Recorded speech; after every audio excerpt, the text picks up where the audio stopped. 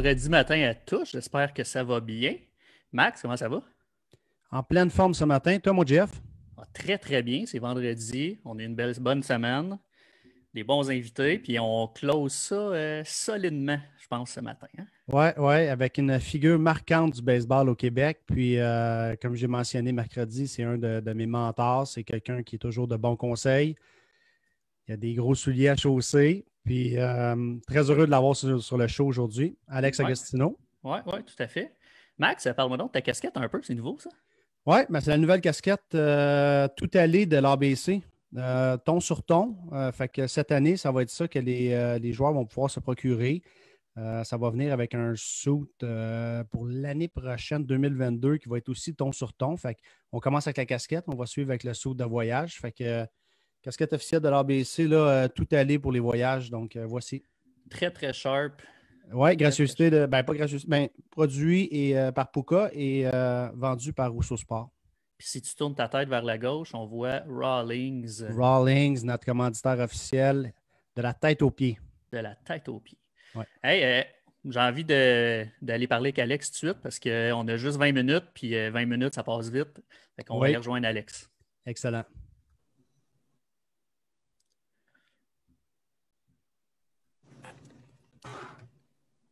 Monsieur Agostino, comment ça va? Bonjour, ça va bien, les gars? Ça va Ouais, ça super va bien, bien. merci. Alex, on a parlé un petit peu avant d'entrer en onde. Tu es sur la route présentement? Oui, à l'Université de Virginie pour le début des ce qu'ils appellent les scrimmage inter-squad, les parties hors concours des équipes de l'Université de Virginie, qui est un des top 25 avec beaucoup de bons joueurs pour le repêchage. Ça nous donne une chance de voir des joueurs en action live, mais un contre l'autre. On voit tout le monde. Puis souvent, dans une saison, on voit juste les réguliers, on voit pas les jeunes qui sont leur première année ou les réservistes. Chance de voir tous les lanceurs venir en relève, puis tous les joueurs de l'organisation. Alors, ça commence partout, je ne dirais pas en Amérique du Nord, parce qu'il y a pas grand-chose qui se passe chez nous au Québec, côté baseball encore, à cause de la température et de la pandémie. Mais le baseball au sud est bien parti. Excellent. Max, tantôt, il disait que tu étais son mentor. Ça a commencé comment, votre relation à vous deux? Ah, ben c'est très gentil, j'apprécie ça. Max, ça a commencé bien quand je travaillais à Baseball Québec, puis Max a fait ses débuts comme entraîneur au Midget 3. Même, je l'avais même côtoyé un petit peu avant, on ne se connaissait pas, mais je l'avais trouvé très bon lorsque j'étais bénévole au Pee-Wee 2A, puis je l'avais observé dans un championnat provincial. Entraînement, mon fils jouait sur la rive sud, puis Max gérait son équipe de main de maître.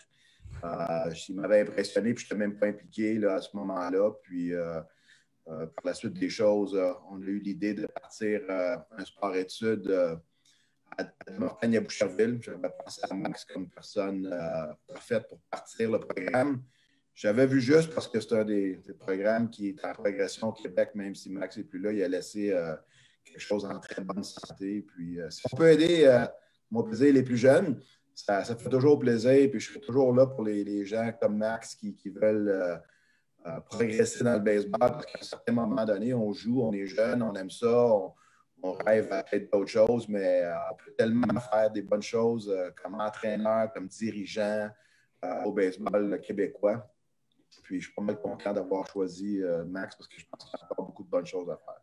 Oui, merci Alex. Puis ça a été, même encore aujourd'hui, là, avec l'Académie de baseball du Canada, quand on a des questions ou des choses, pas des litiges, mais des idées d'orientation, Alex est toujours disponible, c'est toujours agréable. Puis même à Saint-Bruno, tu redonnes encore beaucoup à Saint-Bruno. Tu as eu ton école de baseball, tu as ton école de baseball depuis plusieurs années. Tu redonnes aux plus jeunes, même si tu es rendu dans le show quasiment avec les équipes du baseball majeur, tu redonnes à Saint-Bruno aussi encore.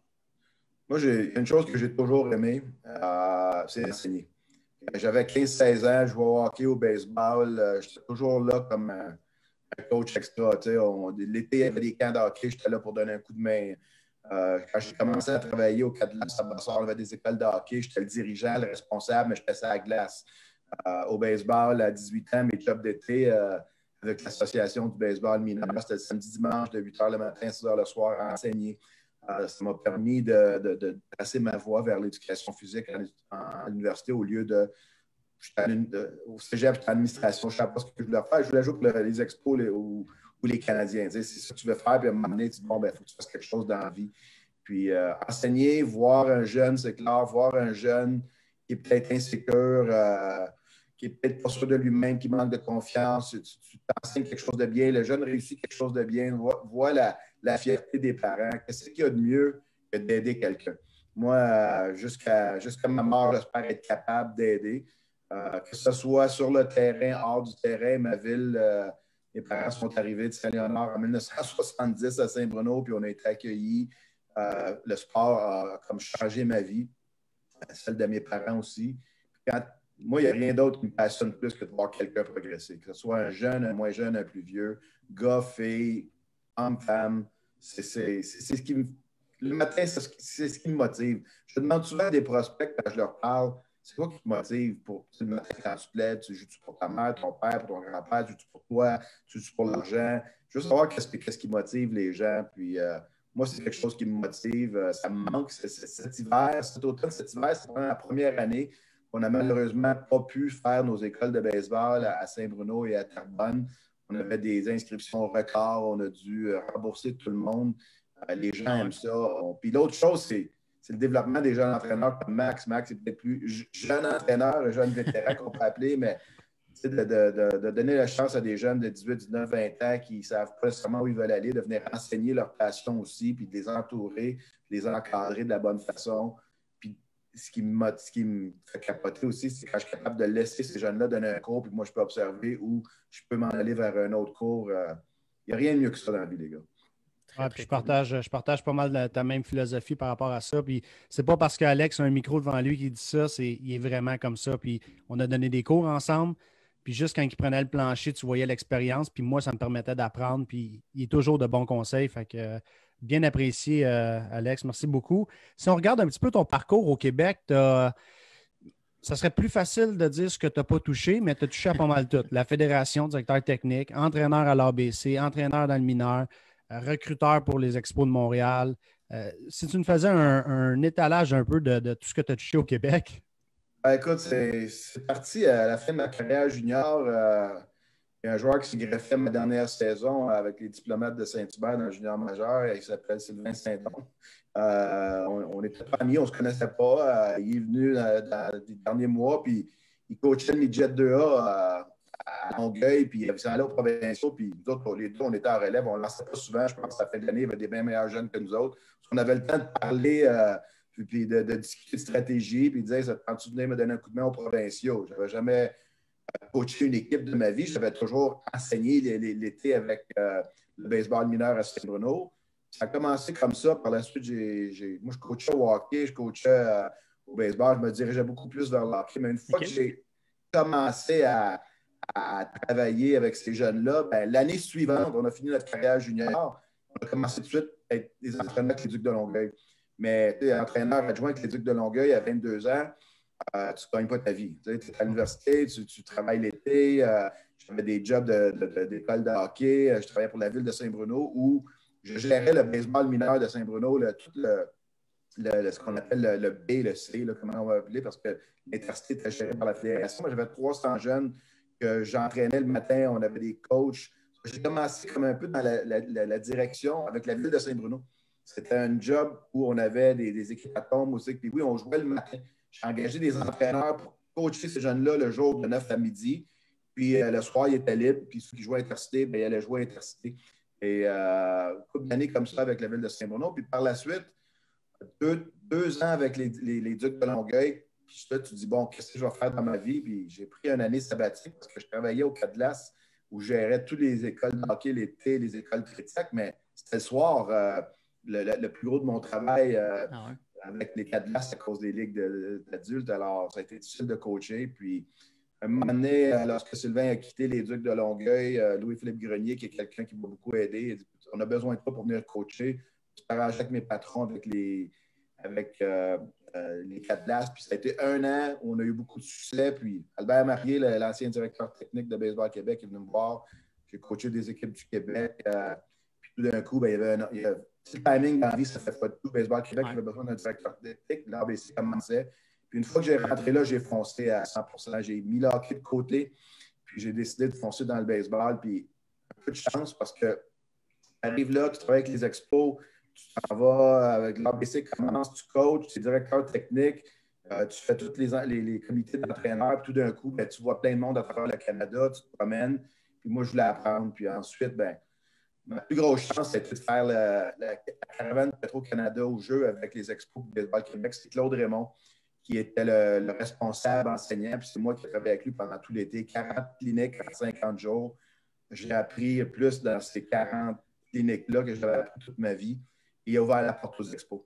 Et par la suite, là, les expos, c'était un emploi de rêve qui est devenu un petit peu, je ne dirais pas un cauchemar parce que c'était dirigé peut-être moins bien à la fin parce que j'étais fier de porter les couleurs. Mais j'ai toujours adoré. J'ai jamais rêvé d'être dépisteur. Personne qui se lève, je vais être dépisteur. Aujourd'hui, un peu plus, les jeunes vont à l'université pour être analytique, administration, ils veulent gérer, ils veulent être. Parce qu'ils sont pas capables de jouer. Moi, je voulais jouer. Comme la plupart des gens, on voulait jouer, on voulait jouer. Tu ne peux pas jouer, qu'est-ce que tu fais? Tu coaches. Tu coaches, coaches, coaches. Tu ne peux pas gagner ta vie. Bon, tout d'un coup, il y a quelque chose qui arrive parce qu'un gars comme Claude Raymond donne ton nom. Après ça, tu fonces. Mais honnêtement, mes meilleures années, c'était.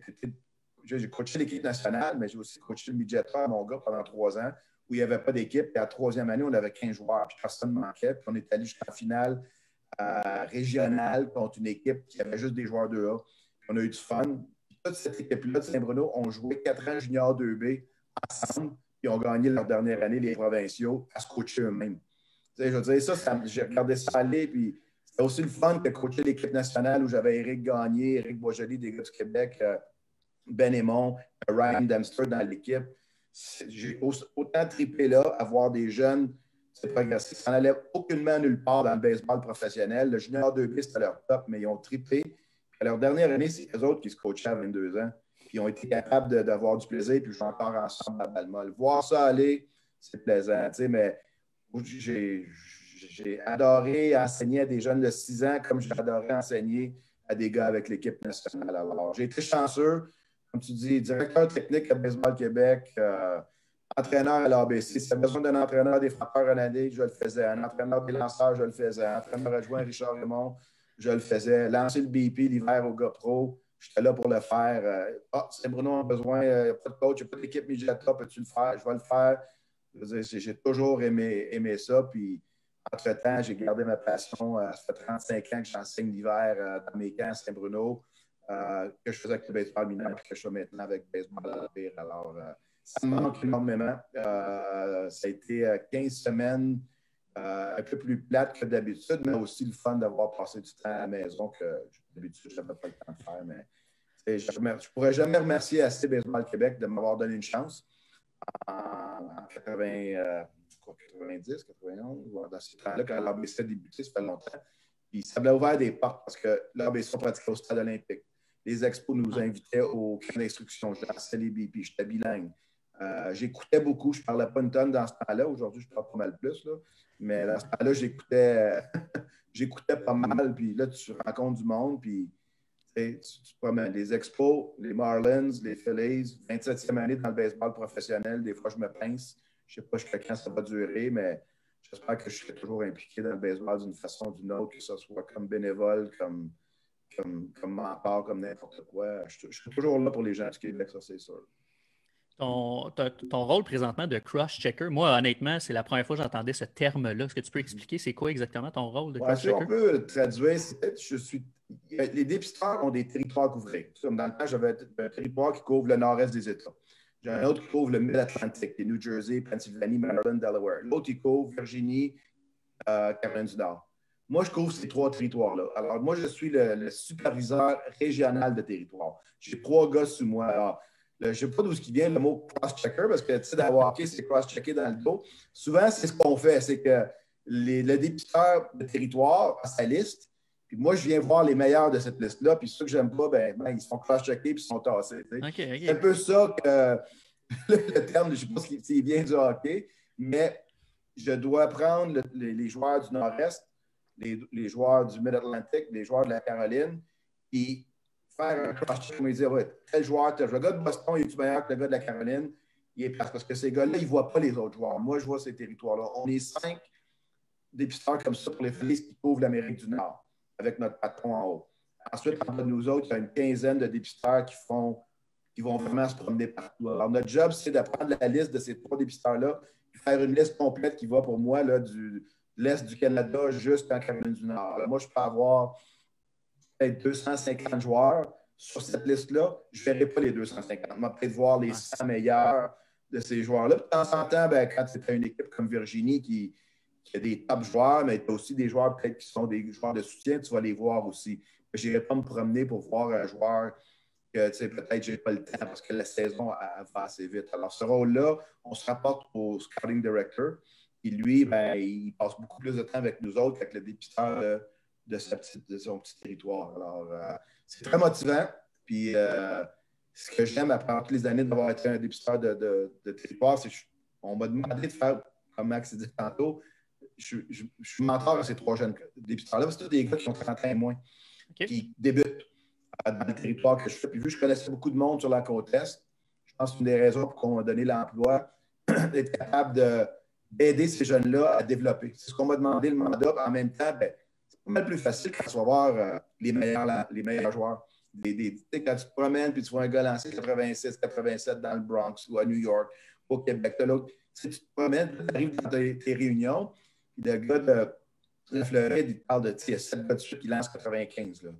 Après l'autre, puis tu ne vas pas les repêcher. Alors, aller voir des bons joueurs, tu peux comparer quand tu vois Duke contre Virginie ou Boston College versus NC State. Il y a beaucoup de joueurs des ligues majeures qui viennent de cette conférence-là. Alors, c'est un rôle vraiment le fun. Puis, je suis beaucoup plus impliqué au niveau des choix de repêchage parce que le dépistage de territoire, tu fais tes présentations, tu places tes noms, tu as beaucoup moins de power, on peut dire, sur qui on va prendre en 2e ronde, en 3e ronde, tandis que là, on l'a vu cette année, on a eu seulement 5 rondes. C'est difficile. On a fait tellement de travail qu'on a signé dans mon territoire, après le draft, 7 joueurs. On a signé 11 seulement après. Puis j'ai eu l'opportunité de fighter pour ces joueurs-là parce que les joueurs avaient le choix de choisir où ils voulaient aller parce que tout le monde est égal à 20 000 après le draft là, cette année, les règlements, à cause de 5 rondes. Puis on choisit les Phillies à cause du travail qu'on a fait. Puis le patron m'a dit, lui, il a fait le travail avec ces joueurs-là. C'est nous autres qui avons fait les zones, moi et mon staff. On a travaillé à vendre l'équipe, à vendre l'organisation. Qu'est-ce qu'on va faire? C'est quoi notre plan pour eux? Puis quand ils ont le draft, ils n'ont pas été repêchés dans les 5 rondes. Beaucoup de gars déçus. Ils voulaient signer 125 000, 150 mais là, ils ont 20, 21 ans. Ils vont signer. Là. Il y en a qui allaient signer. Ils vont signer quand même 20 000 plus une année d'école. Il y avait le choix de choisir les Yankees, les Dodgers dans notre territoire, les Red Sox. La plupart ont choisi nous autres. Puis ça a donné une motivation pour moi et mon staff parce que je l'ai vécu comme dépisteur de territoire où tu te fais blanchir dans le draft parce que les gars en haut de toi, ils ne sont pas battus pour toi. Okay. C'était mon vœu à mes gars qui travaillent en bas de moi. J'ai dit, on travaille ensemble. Moi, mon job, c'est que vous ayez 2 gars par année dans le draft. Okay. Fighté pour vous autres. On a eu 7 pour la première année, 2 chaque, plus 1 que j'ai signé, que moi, j'avais vu, que les autres n'avaient pas vu à l'Université Harvard. J'avais une bonne relation avec le jeune. Il ne voulait pas signer à la seconde. C'est lui qui m'a appelé. Je vais signer, puis c'est vous autres que je vais signer. Un lanceur de 6 pieds 7 qui avait eu une blessure, mais qui lance 95-96. Puis, quand il était à Harvard, on pense souvent qu'il valait être des docteurs ou des dirigeants ou des joueurs de baseball. Puis lui et son agent m'ont dit non, c'est un gars de baseball. C'est un gars qui est brillant. C'est pas de sa faute, il est brillant, mais c'est le baseball qui est sa passion. Alors, ça, c'est un peu le rôle, puis c'est les motivations, puis qu'est-ce qui s'en vient là. Combien de rondes cette année au repêchage? On en avait 5 l'année passée. Est-ce que c'est décidé pour le prochain repêchage? Rien de décidé encore. Tout ce qu'on a entendu entre les branches des différentes réunions que nos patrons ont eues, que ça serait un minimum de 20. On ne pense pas que ça va aller beaucoup plus que 30. Avant, c'était 40. Tout est sur la table. Est-ce que ça va demeurer à 20 rondes? Et même potentiellement, ils ont jasé, ça se peut que ça n'arrive pas, mais avoir des rondes de draft and follow. Dans le temps, tu avais plusieurs rondes. Tu pouvais repêcher un joueur. C'était profitable pour les joueurs du Canada et du Québec, parce que les gars étaient plus jeunes. Tu repêchais un joueur, mais tu avais 1 an pour suivre son programme. S'il quittait pour l'université ou le junior college, ou il restait au Québec, tu peux voir sa progression, puis tu avais jusqu'à une semaine avant le prochain draft pour le signer. Ça pourrait arriver, mais il n'y a rien d'établi. Moi, personnellement, je pense que ça va être entre 20 et 30. C'est bien suffisant. Beaucoup d'équipes de moins dans le baseball mineur. Les Phillies, cette semaine, ont dû relâcher une trentaine de joueurs. C'est des joueurs qui s'en allaient vers la New York Penn League qui n'existe plus. et qui était capable de se prendre un spot dans le niveau A. Alors, 30 joueurs de couper, c'est une équipe complète qui était la New York Penn League. Alors, on rajoute 20, 15 à 20, ben, il y en a 15 ou 20 qui sont là présentement qui vont aussi être out. Alors, le baseball majeur va être de plus en plus dur à se rendre parce que tu as moins d'équipes. Puis le baseball collégial va devenir une force parce que plus de joueurs vont s'en aller là et ne signeront pas. Le joueur de 21 ans qui signait à la 18e ronde pour 50 000, ben, va peut-être jouer à 2200 dans son collège. Puis s'il est bon, il va signer pour 1000 $ l'année suivante, dépendamment de comment ça va. Ouais, c'est un monde qui est difficile, hein? C'est tough. Puis pour te rendre jusqu'en haut, attache ta tuque parce que la raid, elle va être longue, elle va être dure, mais si tu te rends, elle va être payante par contre. Exactement. Ouais. Alex, 20 minutes, ça passe bien vite. Il n'en reste pas bien. Ouais. J'ai envie de te demander, as-tu un message pour les jeunes qui veulent se rendre jusqu'au bout, justement? Le message qui pour les jeunes est simple. Là. Croyez en vous autres. N'abandonnez pas vos rêves. Mais si tu crois en toi, là, vas-y, fonce. Mais dis-toi une chose. Il y a tout le temps quelqu'un, quelque part, qui travaille plus fort que toi. Si tu penses que tu en as assez donné, peut-être tu n'as peut-être pas assez donné. Le fait qu'on est au Québec, on n'a pas la température, on a plein d'excuses, mais je ne cherche pas les excuses, je cherche les solutions. On a des académies comme l'Académie de baseball Canada. Si tu es bon, tu vas être vu. Il y a des sports-études partout au Québec. Si tu veux, il faut que tu t'entraînes. Mais pose-toi cette question aussi. Qu'est-ce que tu es prêt à sacrifier pour arriver en haut? Si tu n'es pas prêt à rien sacrifier, tes amis, ta blonde, les parties du vendredi soir, c'est mieux de trouver une autre alternative. Mais crois en toi, dis-toi qu'est-ce que tu peux sacrifier. Puis dis-toi que tout est possible. C'est arrivé avec des Russell Martin de ce monde, des Ray Gagné de ce monde. Ces gars-là ont foncé, n'ont jamais abandonné. Ça va être dur, mais c'est payant au bout. Puis pas juste monétairement. Si tu prends au collège, tu te rends sur l'équipe nationale, tu fais des amitiés pour la vie. Tu sais, puis dans le travail que tu vas choisir plus tard dans ta vie, là, ça va t'aider, la discipline que tu as démontrée. Parce que moi, ce qui m'impressionne le plus, les gars, cette année avec les joueurs que je vois, parce que j'ai fait 1000 Zooms peut-être avec des athlètes, puis des agents, puis des parents, c'est la maturité, les jeunes, comment ils s'entraînent, comment ils sont prêts à sacrifier des choses. Ils sont beaucoup plus matures que, disons, quand moi j'avais 17-18 ans, c'est jour et nuit. On pensait qu'on savait ce qu'on voulait faire au baseball, au hockey, on ne savait rien. Mais là, je trouve que les jeunes sont tellement bien encadrés. Et au Québec aussi, avec des gars comme Max puis l'ABC, les jeunes sont encadrés de la bonne façon. Alors, travaille fort, crois en tes moyens, lâche jamais, puis des bonnes choses peuvent arriver. Très excellent. Cool. On a Marc Vadeboncoeur, président de BQ, justement, qui pose une question sur Facebook. Je m'en voudrais de ne pas te la poser. Bien sûr. Comment est-ce que tu vois l'expansion de la Frontier League? Je trouve ça extraordinaire. C'est-à-dire, c'est une ligue qui donne l'opportunité à des joueurs reclus, c'est-à-dire des joueurs qui n'ont pas joué pro. Regardez ce que les Aigles de Trois-Rivières ont fait récemment. Je ne suis pas tout le temps, mais en même temps, j'ai entendu un groupe de noms québécois là, qui ont signé avec eux. C'est peut-être des jeunes qui n'ont peut-être pas eu la chance de signer un contrat avec une équipe affiliée, mais 2 bonnes années là-bas, avec moins d'équipes mineures. Tu peux signer puis tu te rends dans le haut 2A. Moi, je pense que la Ligue Frontier pour le baseball affilié est très bon. Au Québec, ça va être très bon parce que tu as les capitales, tu as les Aigles de Trois-Rivières, tu as Ottawa pas loin, qui est aussi la capitale nationale, bilingue. C'est des opportunités. Est-ce qu'il va y avoir une autre équipe quelque part, Rive-Nord, Rive-Sud? On ne sait jamais. Moi, je trouve que c'est de très bon augure. On n'a pas d'équipe professionnelle encore, les expos qui sont revenus. Plus d'opportunités pour nos jeunes de voir du baseball de qualité. Moi, je pense que ça va être la qualité va seulement continuer à augmenter à cause des joueurs de collège qui n'auront pas de place à aller jouer pro. Nos Québécois là, qui finissent à 21-22 ans, ils n'ont pas encore atteint le summum. Pourquoi pas continuer à développer? Comment tu développes à cet âge-là? C'est une opportunité de jouer dans des villes tripantes comme Québec, Trois-Rivières, Ottawa, et d'aller jouer un peu partout. On pense peut-être un peu à la East Coast Hockey League qui s'en vient à Trois-Rivières au hockey. Tu sais, c'est du professionnel. Les East Coast sont affiliés avec les Expos, avec les Canadiens, mais le côté baseball ne sont pas affiliés. Mais tu vas voir que les équipes pro vont aller piger, d'après moi, de plus en plus, parce que tu vas avoir des gars qui vont continuer à progresser. Alors, moi, je vois ça d'un très bon œil. Fantastique. Cool. Alex, j'ai ma casquette de Norton Baller, puis je sais que tu collabores avec eux autres beaucoup. Oui. Qu'est-ce qui a fait que tu as décidé de collaborer avec eux? Écoute, j'ai rencontré les dirigeants qui étaient des gens dynamiques, des gens fun. Quand ils m'ont appelé pour voir si je voulais être comme un ambassadeur pour eux, j'étais comme, êtes-vous sûr que vous n'êtes pas trompé de numéro? Vous n'êtes pas quelqu'un de 22, 23 ans, puis ces choses-là, quelqu'un qui dit non, on aime bien de la façon que tu projette ta carrière, comment tu te comportes. J'ai dit, écoute, ça me fait plaisir de promouvoir une compagnie qui veut faire bouger les jeunes puis qui aime les sports de balle. Par la suite, j'ai donné des noms comme Marc-Antoine Bérubé, l'entraîneur des lanceurs à l'ABC, que je trouve un potentiel incroyable devant lui. J'adore ça. C'est des bonnes personnes. J'ai eu une rencontre avec eux autres. Ils ont demandé si je voulais les aider. Pourquoi pas une compagnie du Québec qui veut faire bouger le monde, faire bouger les jeunes qui sont dynamiques et enthousiastes. Et j'ai dit, let's go. Yes, c'est une bonne gang de boys. Ouais. Alex, un gros merci. Ça passe trop vite pour vrai. Là. On aurait pu faire une autre demi-heure facile. On va aller prendre ma marche avant mon BP à midi, puis aller visiter la belle vieille ville de Charlottesville en Virginie.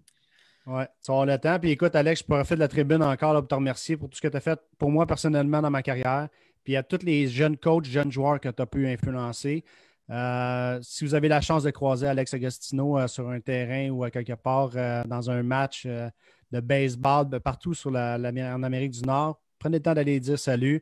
Une fierté québécoise qui a percé son chemin. Merci beaucoup, Alex, pour tout ce que tu fais. Max, ça me fait plaisir. Puis toujours ouvert à jaser avec le monde. Ça me fait toujours plaisir. Ça me surprend toujours quand les gens viennent me voir et me disent qu'ils veulent me parler. Je ne suis pas un joueur vedette.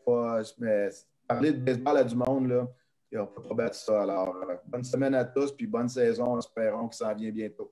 Oui, merci beaucoup, Alex. Salut, les gars. Merci beaucoup. Bye-bye. Salut. On a fait ça un peu plus long. Je pense que ça valait la peine. Oui, vraiment. Ouais, c'est une bonne idée. Il y a plein de messages là, sur Facebook. Là, je ne passerai pas tout, là, mais c'est surtout, en fait, ce n'est même pas des questions, c'est surtout des merci. Fait que les gens apprécient Alex énormément. Ouais, exact. Max, avant de se quitter, semaine prochaine, on a une autre belle semaine.